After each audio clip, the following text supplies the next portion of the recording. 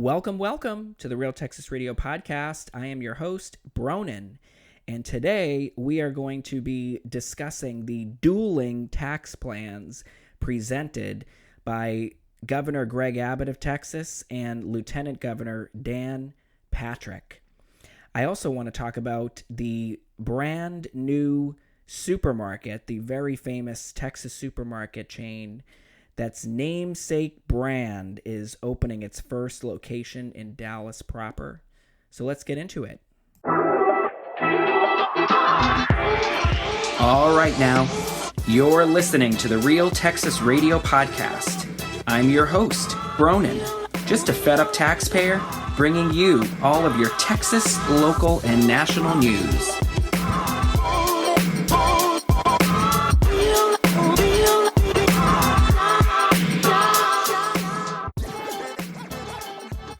Before we jump in, if you are streaming the Real Texas Radio Podcast from one of those major streaming apps, please make sure to give me a like, subscribe, follow, download those episodes.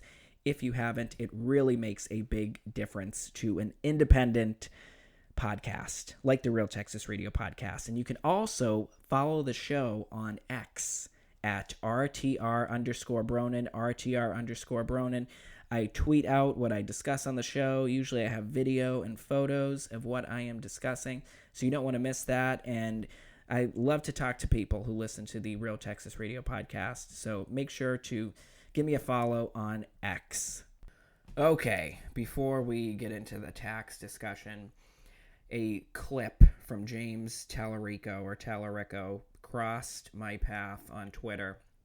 James Tallarico, he is running for the U.S. Senate out of Texas. He's running in the Democrat primary. He declared a couple or 3 months ago, and he is a Texas, he's a state rep out of the Austin area. And he used to be a school teacher. He's about my age. I also used to be a school teacher, also in the state of Texas. And, well, let me just go ahead and play the cut here. This is the really scholarly debate, again, that James Tallarico is hosting. He's debating 20 undecided voters. There are nasty people.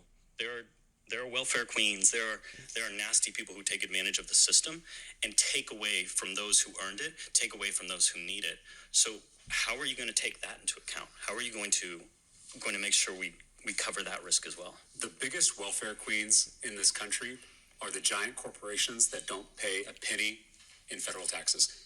The biggest welfare queens are the CEOs who get a tax deduction for flying on a private jet. It's not hungry kids. It's not working parents who work multiple jobs to provide for their families. I agree with you that we need individual responsibility, and I don't want to create a culture of dependency. I want a hand up and not a handout. Sure. I believe that you don't give a man to fish, you teach a man to fish. But if you're going to take your friend out on a boat for the day to teach him how to fish, you want to make sure he had breakfast that morning. You want to make sure he's not sick, because that allows him to learn how to fish. Again, I was a public school teacher, so I saw how when kids showed up hungry, they couldn't learn that day. Even my brightest students, even my hardest working students couldn't succeed, couldn't pull themselves up by their bootstraps. Okay, that's enough of that. You know, I brought up the fact that I was a public school teacher too in Texas and Mississippi, just as James Tallarico was. You know what you get if you teach in a Title I school, which is, I taught in Title I schools. I believe James Tallarico also taught in Title I schools. Essentially, that has to do with the amount of students in the school population are at the poverty level. They offer free breakfast to every kid in these schools, regardless of, even if you're not at the poverty level. And then you get free lunch. You know, once upon a time you showed up to school and there was lunch. And maybe some kids got the free lunch. Some kids paid for lunch. Some kids brought lunch from home. Well, now you're not even allowed to bring lunch from home. Or you haven't been allowed to bring lunch from home in a long time. At least in the schools that I taught at. Not that anybody was doing that. And everybody gets free breakfast and free lunch. So what the hell is this guy talking about? I don't know. But we've already got enough of that in Congress. You know, if you want to listen to that, nonsense. You can just tune into people like Elizabeth Warren. Do you have a favorite curse word? Poop.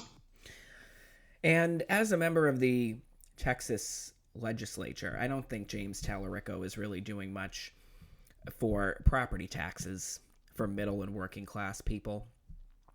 And that brings me to my next subject. I saw pieces of interview from Texas Inside Politics, which is a local Sunday politics show here based in Dallas. And the host, John Whitley or Whiteley, WFAA, he was interviewing Paul Battencourt, who is he is the Texas Senate Majority Leader, and he is good friends with the Lieutenant Governor, Dan Patrick. And as I mentioned at the top of the show, the Governor of Texas, Greg Abbott, and the Lieutenant Governor, Dan Patrick, they have competing property tax relief plans. Oh, and really, they've got it this time. They've been, particularly Governor Abbott, he has been promising property tax elimination for some time. Hasn't delivered it yet, but in his fourth term, he's finally figured it out. But I want to talk about Dan Patrick here first. Dan Patrick, he favors increasing the homestead exemption, which is now, it's going to happen again. The voters just passed in November the homestead exemption increasing from $100,000 to $140,000. And the lieutenant governor here in the state of Texas, just for those of you outside of Texas, essentially he's basically in charge of the Texas Senate.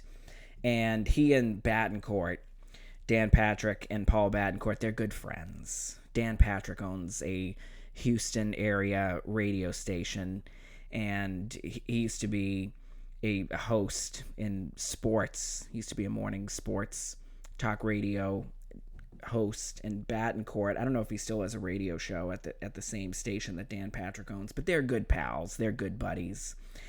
And Paul Battencourt, he is endorsing the Patrick plan.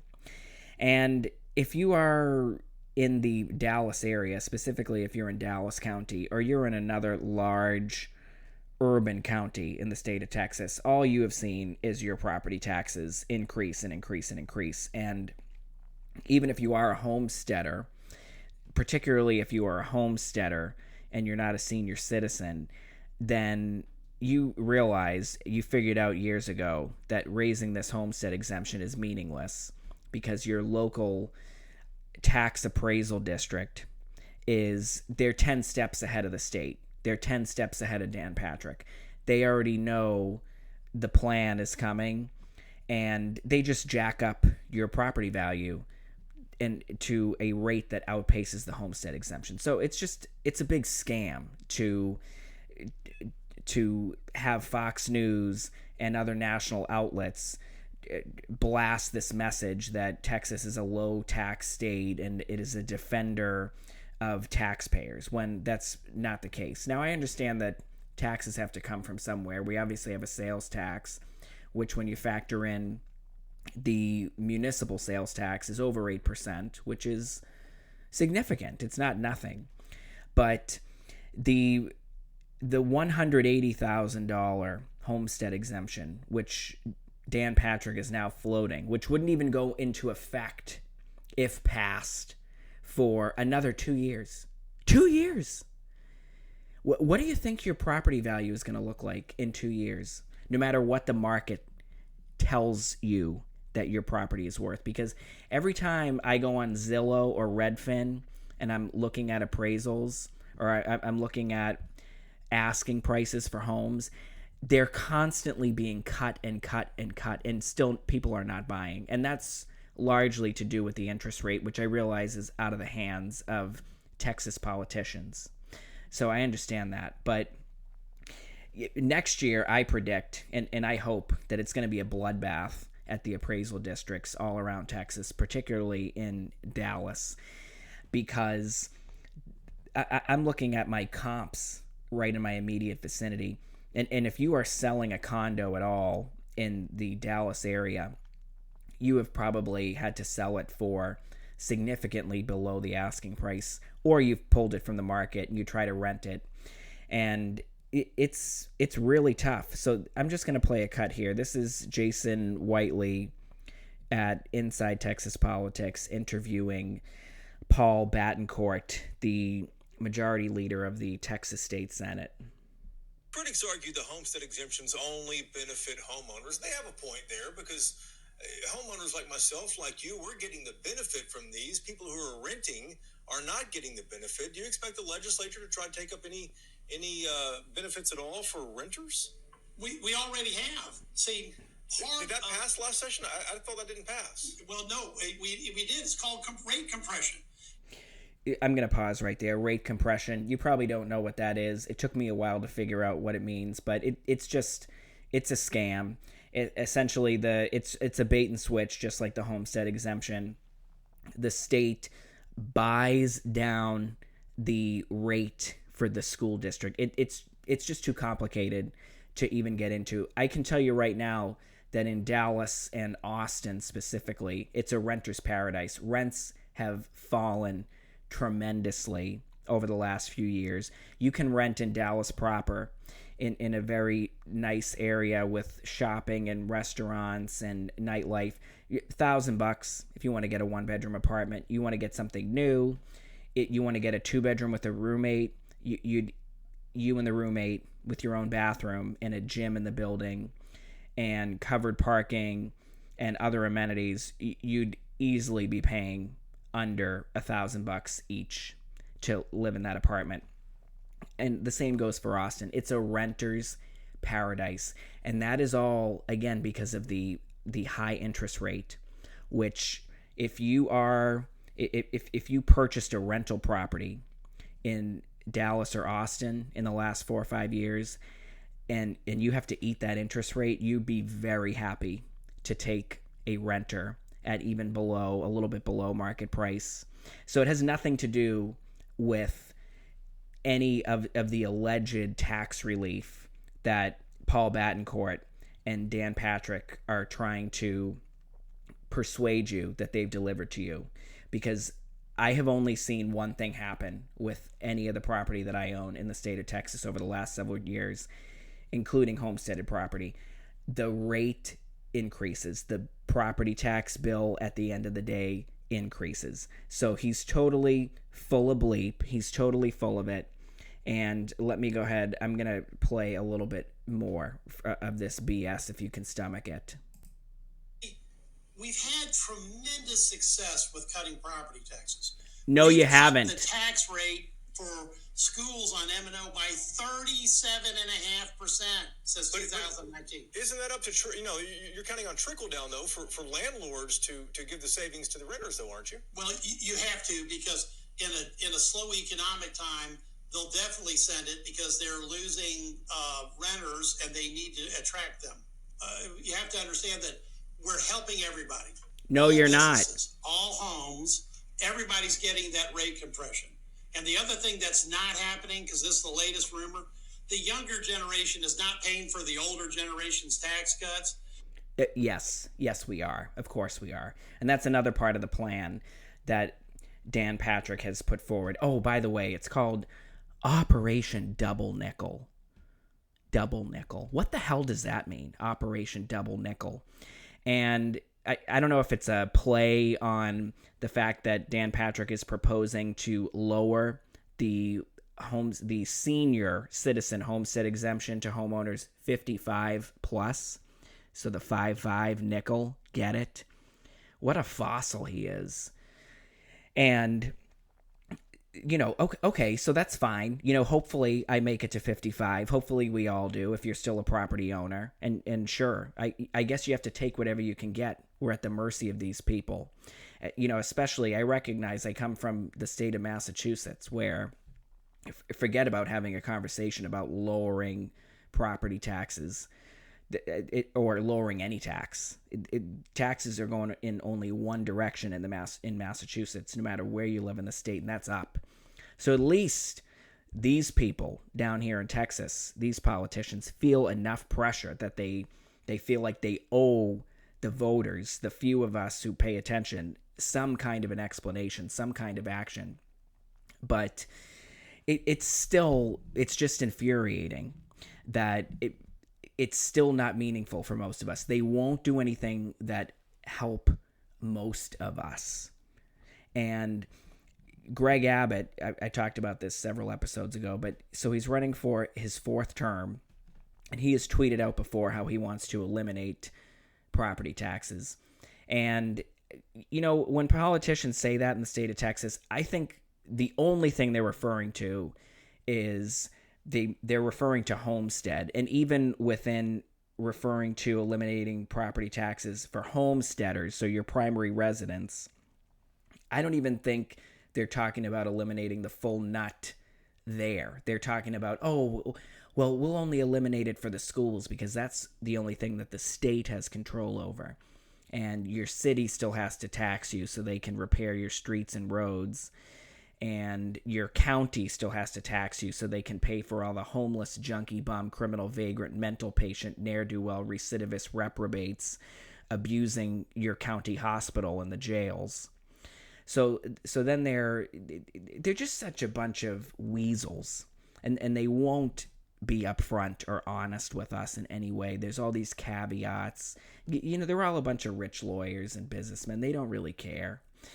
So the other thing with Greg Abbott is a lot of people like myself are asking, because Greg Abbott, he has this competing plan where he wants to enact legislation that would further restrict municipalities from being able to increase property taxes. It would make it so that way voters, if they got enough signatures on the collected, that they could get property taxes rolled back through a vote, measures like that. He also wants to limit to every 5 years when your property can be reassessed by the local appraisal district, to which many of us paying attention, the few of us there are, reply, why haven't you already done this, Governor Abbott? Or why can't you do it right now? Why didn't you do it in the special session over the summer? Why didn't you do this in your first term? Why didn't you do this in your second term?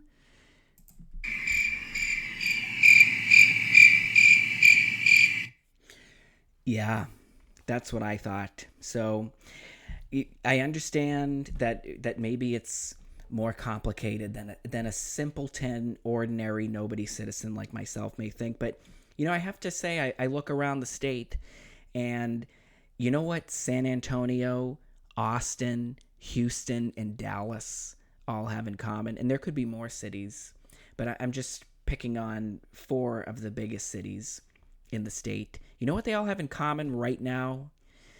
They're all rebuilding, or they are rehabilitating their convention centers to the tune of billions of dollars. And I will speak for Dallas, where the convention center is in the city. It is a total eyesore. And I know that the building has like $1 million worth of roof leaks every year. But I don't know. Does that mean that we need to demolish it and replace it with a untold $1 billion brand new convention center? That I'm sure it's going to have absolutely zero structural flaws when it's completed. Just like the Dallas City Hall when it was built almost 50 years ago, and immediately the parking lot underground was flooding. I'm sure this is going to be totally different. They're going to hire all the best people with the best intentions for this convention center. So, and that's bond money. So that basically the city just opens a credit card. They've got a few credit cards open now with billions of dollars. That obviously they have to pay interest on as well. But, they've got you, the taxpayer, to fleece with that. They put a bond program on the ballot. And then they tell you, oh, well, it's not a property tax increase. We're just going to divert 25% of your tax dollars to paying off this bond, which is just a synonym for debt, which is just a synonym for opening up a high interest credit card. So, but it's not a tax increase. So these four cities, where the leaders of these four cities, right, including Paul Battencourt, who represents the Houston area, they tell us how simple-minded we are in thinking that we can just cut property taxes. Oh, you plebes, you have no idea how complicated it is. We can't just cut the property taxes. We'd have to raise the sales tax up to 30%. Oh, and that just wouldn't be affordable for the working class who we care so much about. It would just be untenable. But the four brand new convention centers, billions of dollars, yeah, that's fine. That's affordable with property tax money. How many brand new football stadiums for high schools and middle schools are under construction now in the state of Texas, which are all financed through property taxes? Oh, I mean bond money. Oh, I mean property taxes. Oh, both. What about the brand new dementia or Alzheimer's fund that just passed it's now in the Texas Constitution, or I don't know what date it goes into effect, if it's all January 1st. $3 billion. I don't know, is that a year or is that a one-time? I have a feeling it's probably every year. But there was $3 billion for an Alzheimer's fund. That's now in the Texas Constitution. Your property tax dollars. Let me go back. Let me go back to the 18th century. Let me look in the U.S. Constitution. Can anybody help me find out where it says that U.S. citizens are supposed to be paying directly through their tax dollars for Alzheimer's research? Or did I miss that in history class? Maybe I did. Oh, and we can't forget about the water fund. Now we have a water fund that is going to be enshrined in the Constitution.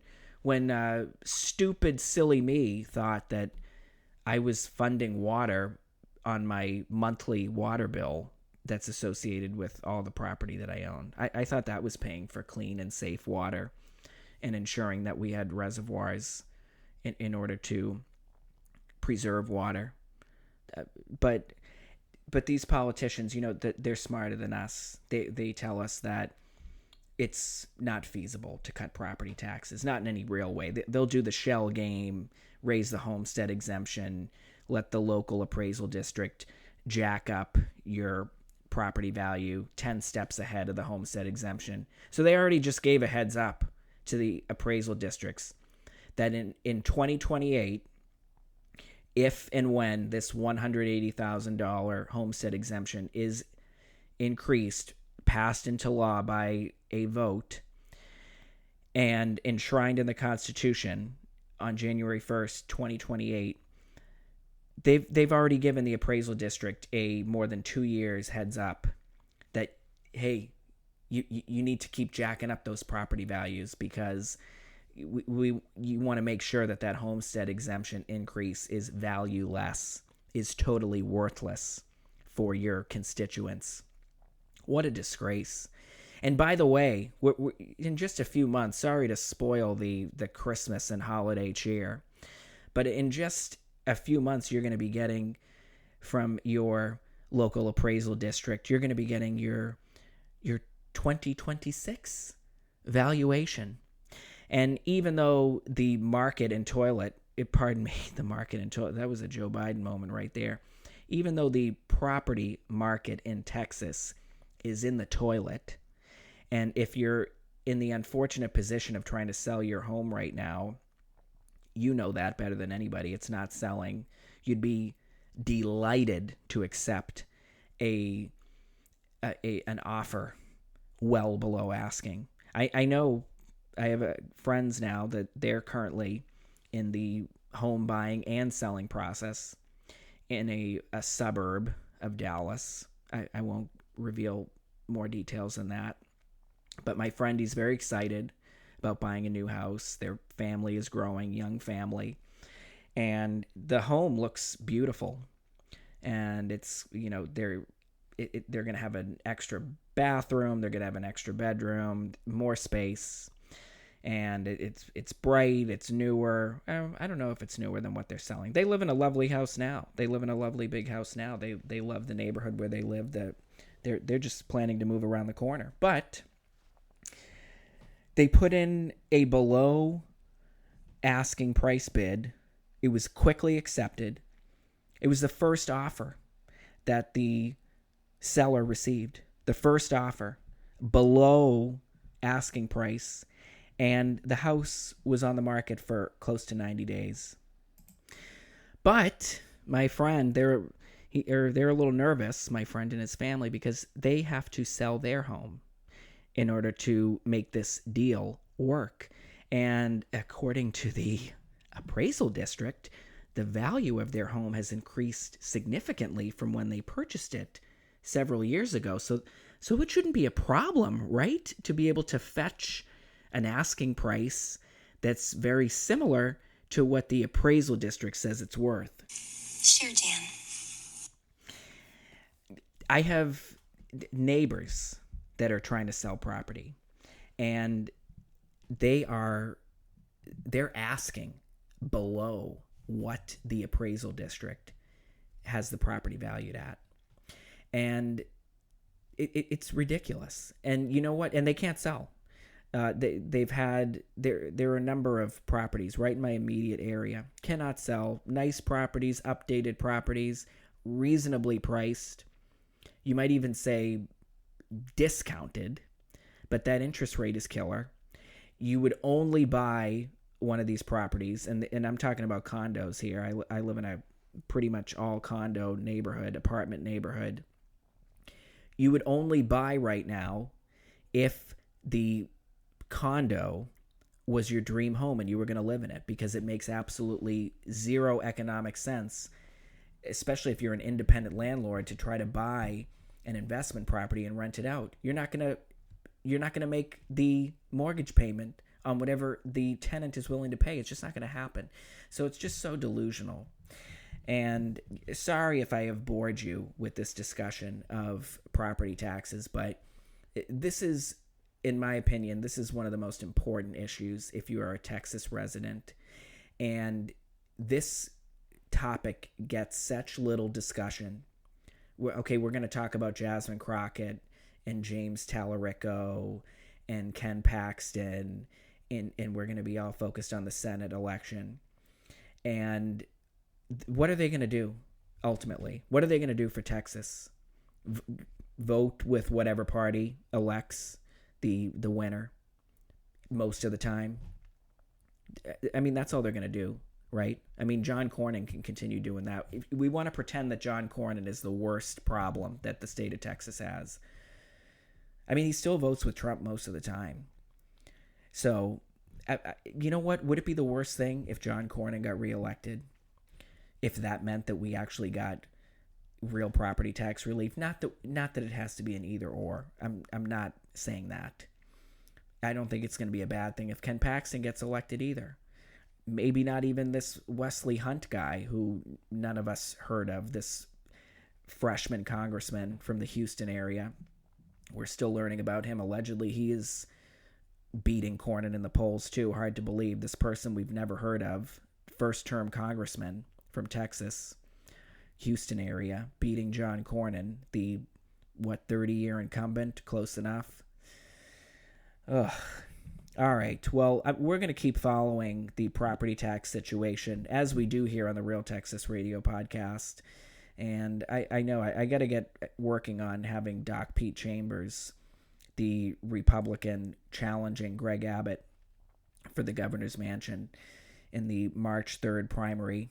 I'd love to have him on, really pick his brain about his tax plan.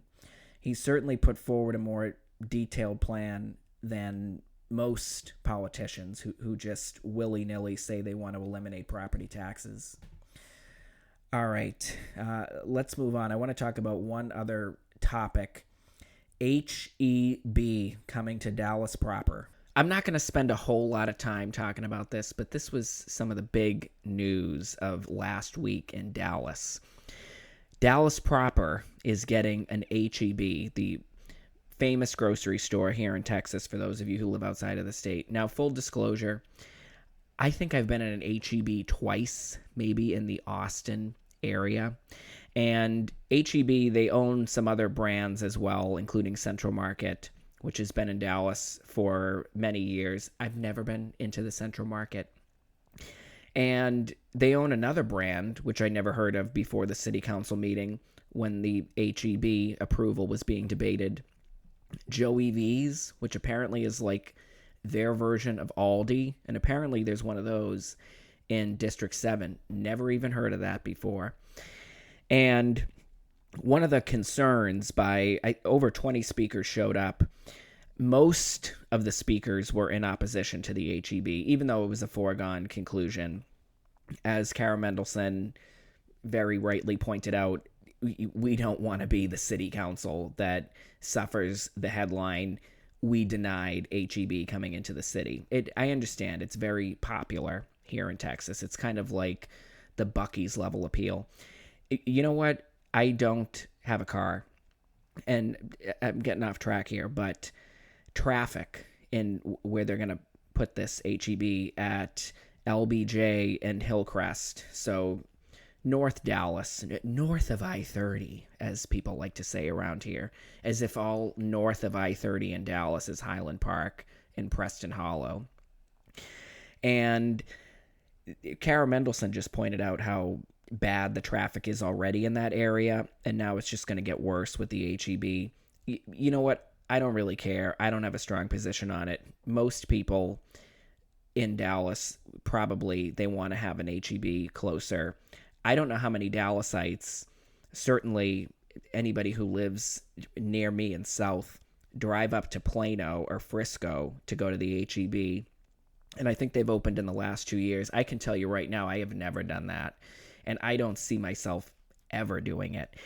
And I don't have a car. My husband has a car. I begged him not to get a car. He's had one for 3 years. Yes, I drive the car occasionally. I'm not going to say it's never come in handy, but it's very expensive to maintain, as is basically every vehicle now.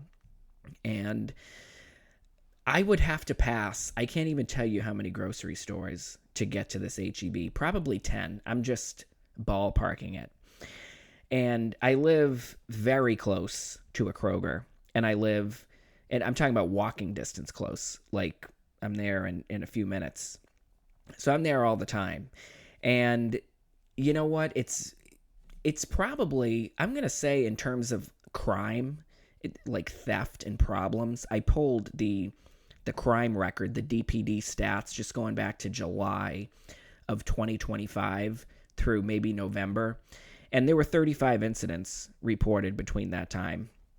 I tweeted that out at RTR_Bronin, RTR_Bronin. I tweeted that out a while ago, but maybe I'll have to retweet it.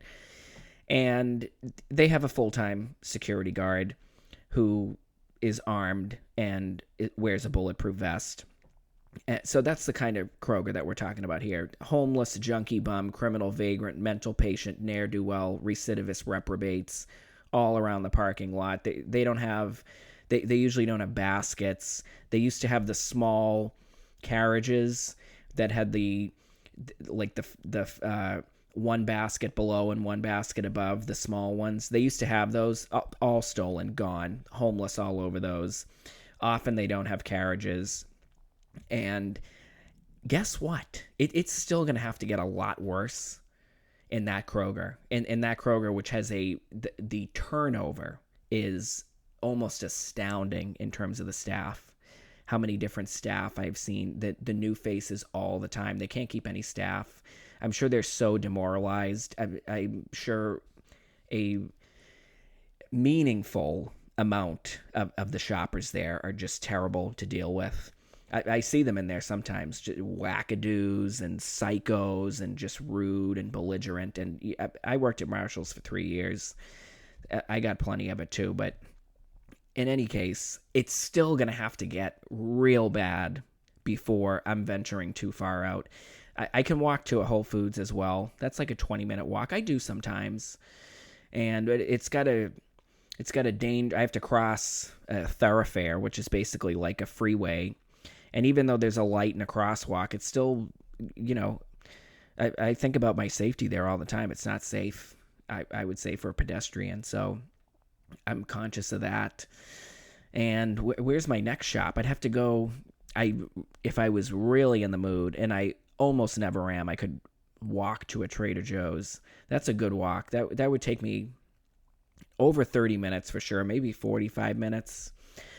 And, I feel like you still can't get everything in there that you want, but I was thinking about this a lot. People now, all of this adulation around HEB and how great it is. Tell me what is so great about HEB, or tell me what is so great about any other grocery store. And don't tell me the snack aisle. I don't want to hear it. You shouldn't be eating snacks. If that's the number one reason you're going to the grocery store, for the snacks, then that's a problem. So, forget about the snacks. Fruit and veg, okay, it's better in Whole Foods than in Kroger. And the city councilors, many of them from south of I-30, they all voted for the HEB, but everybody had to go around and give their 5-minute lecture, their 5-minute pontification to whoever was the representative of HEB there. They had somebody in management or leadership there speaking on behalf of the company to get it over the line. I'm sure they knew it was a foregone conclusion as well that they were going to be approved. But they got lectured about, well, how come you don't want to put a location south of I-30? You don't want to put one in southern Dallas. We can support it. We don't need your charity. You can put a store down there. You don't have to lecture them. You think they don't know what they can and can't do? You don't think they have the whole state of Texas mapped out and know exactly where they're going to put a grocery store to make it economically feasible? You think anybody on the Dallas City Council is smarter about that than the leadership at HEB? I don't think so. So, this talk of a food desert drives me crazy. People claim they live in food deserts. South of I-30, they claim is a food desert. I used to work south of I-30 that's why I moved to Dallas. And there wasn't a grocery store in the immediate vicinity, but there's an Aldi down there. And I do have some property south of I-30. And there's a Fiesta that's south of Bishop Arts, right across the street from the Fiesta, which is a full supermarket. What's wrong with Fiesta? I think that's very insulting to Fiesta to say that south of I-30 is a food desert, by the way. And they've also got the Aldi, they've got the Joey V's, and then across from the Fiesta, which I guess is on Jefferson, there's another, I guess it's a local supermarket, not at the size of a Fiesta or a Kroger. I haven't been in there myself. I usually, when I'm doing shopping for that house south of I-30 in the Bishop Arts area, I go to Fiesta. There's a Tom Thumb. That's on Clarendon, I guess. That's maybe like 2 miles away from Bishop Arts. And of course, we've got wonderful DART bus lines that are ferrying citizens up and down. I don't know, does a bus go on Jefferson? It certainly does go on 12th Street. I think that would bring you pretty close to Tom Thumb. I'm not a Tom Thumb fan. I think it's very expensive. So, you know what? I could go to a Tom Thumb. There's one also in my vicinity. But you know what? I think at that point, I think I'd probably walk up to the Trader Joe's before going to the Tom Thumb. I'm really not a fan of Tom Thumb. Nothing against the quality of the food. And Walmart, there has to be multiple. I know for a fact there are multiple Walmarts south of I-30 because I've been there too. Full grocery, organic food. So it's just, it's so weak and so petty when I hear any politician in a major metropolitan area crying about a food desert and how, all we have is 7-Eleven and Quick Trip. That's where people are getting their food. You know what? Look around. There's not a whole lot of hunger. I can tell you that they may have all kinds of problems down south of I-30. I don't think you're going to see hunger as one of the problems. I think they found the grocery store down there. Why don't you give them some credit?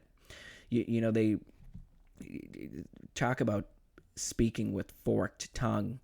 They tell us how They want to tell us how smart and intelligent poor people are if we only just give them a chance, give them some credit. And then they tell us they're so stupid they don't know how to figure out how to get to the grocery store just because it might be north of I-30 or something. As if there's not... I don't even know how many grocery stores there are south of I-30, but I think I just gave you about 5 without thinking about it very hard. So I wish HEB the best. And hey, guess what? If they open one around my vicinity where I can walk to it, then sure, I'll go to HEB. But like I said, it's going to have to get real bad at Kroger before I venture too far out of my immediate neighborhood. Okay, thank you for tuning in once again to the Real Texas Radio Podcast with your host, Bronin. And don't forget, I'm on X at RTR_Bronin. RTR_Bronin. I'm going to aim to get out one more episode before Christmas and New Year's, and then we'll see where the news takes us. But Merry Christmas and Happy New Year and all that stuff. I'll catch you on the next episode of the Real Texas Radio Podcast.